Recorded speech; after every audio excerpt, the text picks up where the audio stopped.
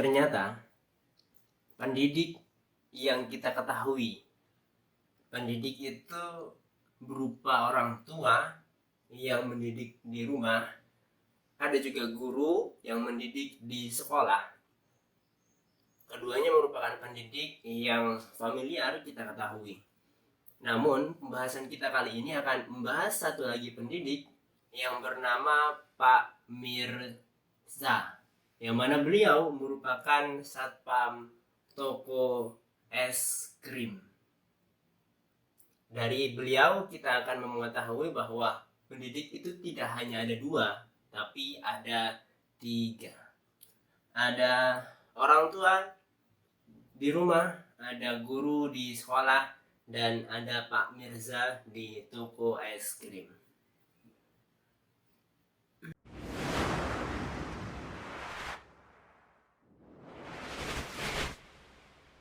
Assalamualaikum, selamat datang di video karakter kita, yang mana akan kita bahas berkenaan tentang karakter yang ada di lingkungan kita. Lingkungan benar-benar lingkungan, ataupun lingkungan yang benar-benar tapi kita lihat dari jarak yang jauh, atau bisa disebut pendidikan yang bisa kita lihat di dunia maya. Dan pada kesempatan kali ini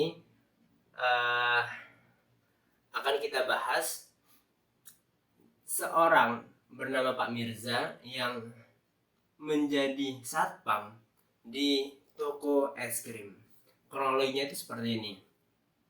Bermula dari video yang dikirimkan oleh Volkatif, yang mana videonya ketika pertama kali dikirim itu langsung menjadi viral. Yang saya pahami selama 3 jam komen itu sudah mencapai 3.800-an. Rata-rata semuanya itu memberikan nilai positif kepada beliau. Yang mana kronologinya itu seperti ini.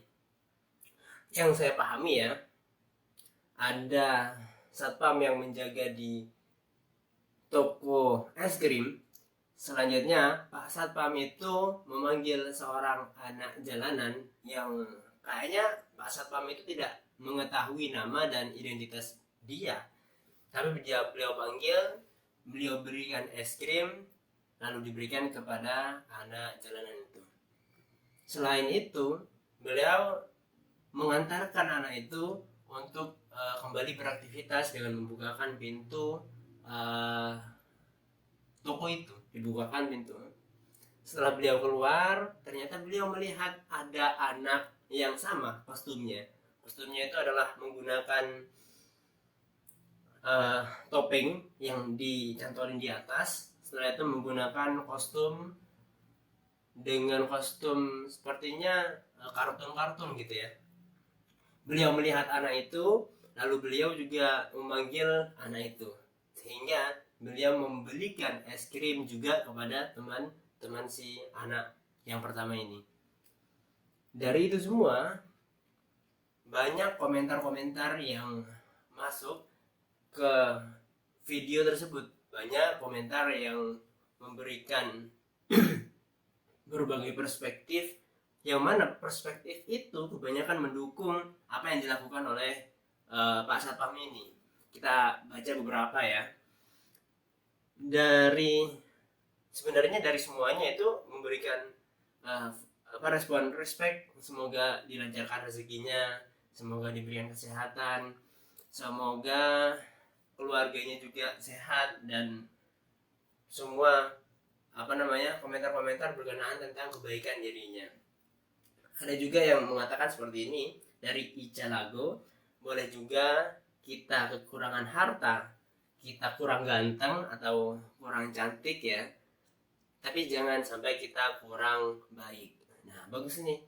Jadi memang jadi manusia itu harus setidaknya ya, kalau misalnya kita tidak ganteng, kita tidak kaya, kita itu harus berlaku baik kepada orang lain.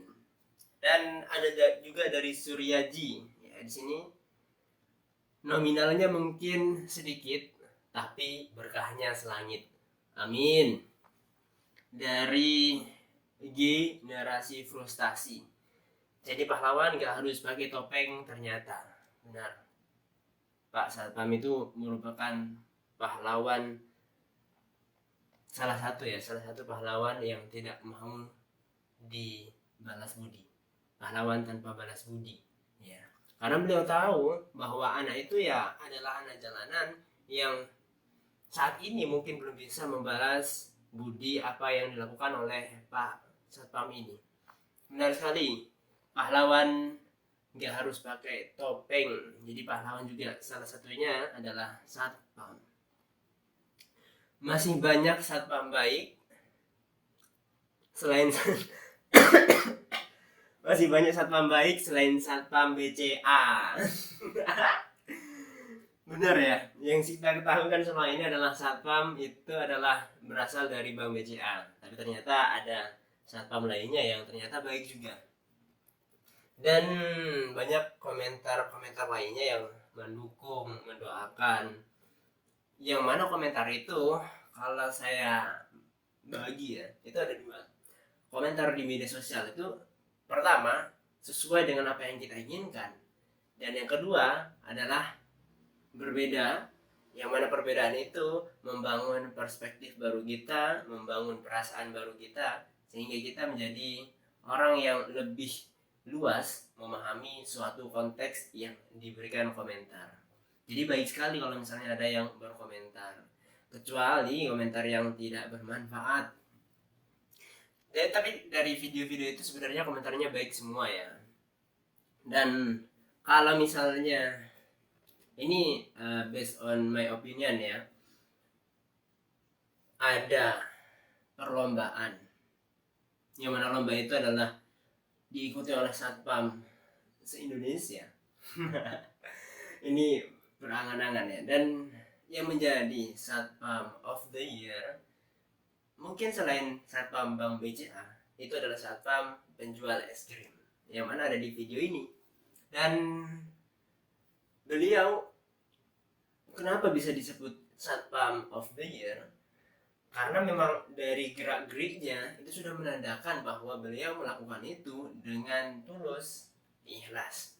Mulai dari bapak itu memanggil anak-anaknya, lalu memberi es krim ke anak itu dengan senyuman, dengan wajah yang sejatinya itu adalah wajah orang yang melakukan sesuatu dengan ikhlas. Dan semuanya saya kira bisa menilai itu, terbukti dengan 3 jam video itu diedarkan, 3.800-an orang yang memberikan komentar. Itu menandakan memang banyak yang setuju terhadap hal tersebut. Bapak ini bisa dijadikan satpam of the year. Dan harapannya memang satpam-satpam yang ada di negara kita itu ya setidaknya menyamai beliau, walaupun tidak sampai sama seperti beliau. Tidak harus membelikan, tapi dengan kegiatan-kegiatan lain. Dan kalau misalnya kita ketahui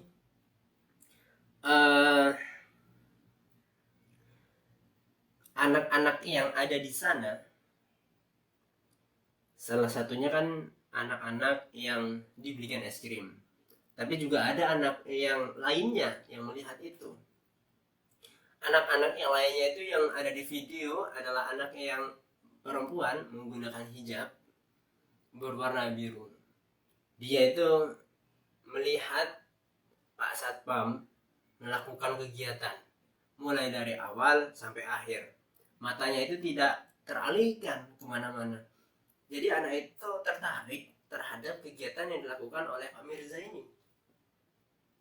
Kalau misalnya dia itu diibaratkan adalah magnet, maka magnetnya itu ya ngikut. Pak Mirza ke sana, anaknya juga melihat ke sana. Pak Mirza jalan ke sini, anaknya juga melihat ke sini. Itu menandakan bahwa anak-anak yang berada di lingkungan itu merekam apa yang sedang terjadi. Jadi anak-anak itu kan memang salah satu makhluk yang pintar dalam hal merekam apa-apa yang dia lihat, apa-apa yang dia dengar, sehingga dia memasukkan pengetahuan-pengetahuan dari apa yang dia lihat dan apa yang dia dengar. Dan terkadang ketika tidak memahami itu, si anak ini bertanya kepada orang tua. Mungkin ya, anak yang berhijab warna biru ini ketika sampai di rumah, dia itu bertanya kepada orang tuanya ataupun ceritalah kepada orang tuanya, karena memang anak-anak kan suka seperti itu ya, suka ngomong ngoceh gitu tentang apa yang ada di pikirannya setelah dia melihat ataupun dia mendengar.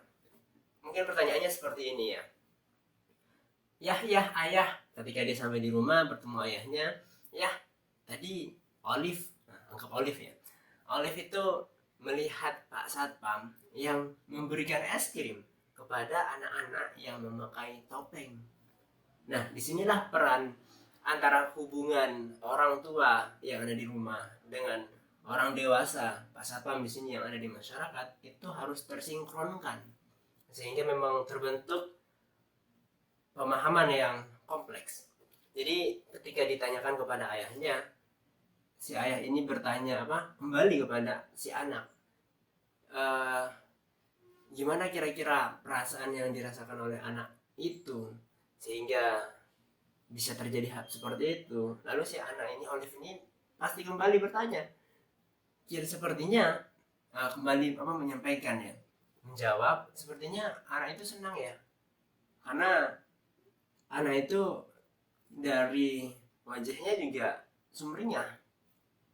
Lantas seperti itu, terus gimana Pak Satpamnya menurut kamu? Si Olive menjawab, ya kegiatan itu adalah kegiatan yang baik karena saling berbagi antara satu dan yang lain. Dan biasanya kalau anak-anak melihat sesuatu dan itu baik, pasti jawaban si Olive ini suatu saat ingin deh Olive memberi kepada orang lain. Biasanya seperti itu, karena memang anak-anak itu kan mengikuti atau ingin melakukan apa yang dilakukan oleh orang lainnya. Jadi memang benar kalau misalnya harus ada sinkronisasi antara lingkungan masyarakat dan lingkungan rumah. Begitu juga dengan lingkungan sekolah. Sehingga yang terjadi adalah anak tumbuh sesuai linear fitrah yang dimilikinya. Dan kalau misalnya kita memahami hal tersebut, video yang disebar yang sedang viral itu sejatinya memberikan pemahaman literasi kepada kita, bahwa sejatinya literasi itu tidak hanya didapatkan di rumah ataupun di sekolah, tapi di masyarakat juga memberikan literasi yang mengena terhadap anak didik kita.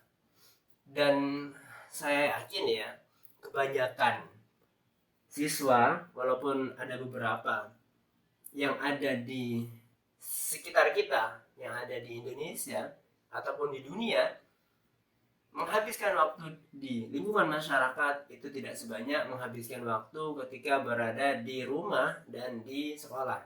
Namun dari video itu kita memahami bahwa damage ataupun power, kekuatan yang diberikan oleh lingkungan masyarakat itu sangatlah berpengaruh terhadap cara pikir, cara merasa dari anak-anak sendiri. Sehingga penting sekali kita memilihkan lingkungan masyarakat yang baik untuk anak-anak kita. Kalau misalnya tidak ada lingkungan yang sebaik itu, ya setidaknya kita yang menjadi orang dewasa memberikan sifat, memberikan hubungan, memberikan contoh yang baik terhadap anak-anak yang berada di sekitar kita. Karena memang anak-anak itu adalah penerus kita di masa yang akan datang. Jadi mungkin itu video kita. Jadi pendidikan itu ya memang harus sinkron antara rumah, sekolah, dan masyarakat. Antara orang tua, guru, dan Pak Mirza. Ya. Oke, itu pada pertemuan kita video kali ini. Kita bertemu di video selanjutnya. Jaga kesehatan dan terima kasih kepada yang sudah mensupport channel ini. Kurang lebihnya mohon maaf. Wassalamualaikum warahmatullahi wabarakatuh.